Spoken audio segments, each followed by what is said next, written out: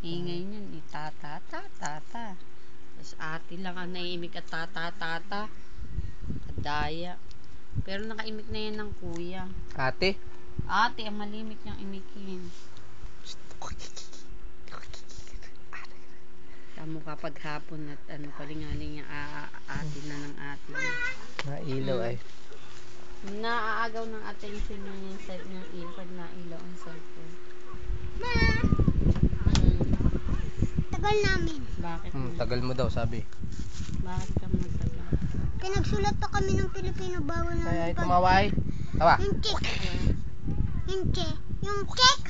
Ay, Yung sa test sabi, bukas naman ng English. Pinag-ulit kami.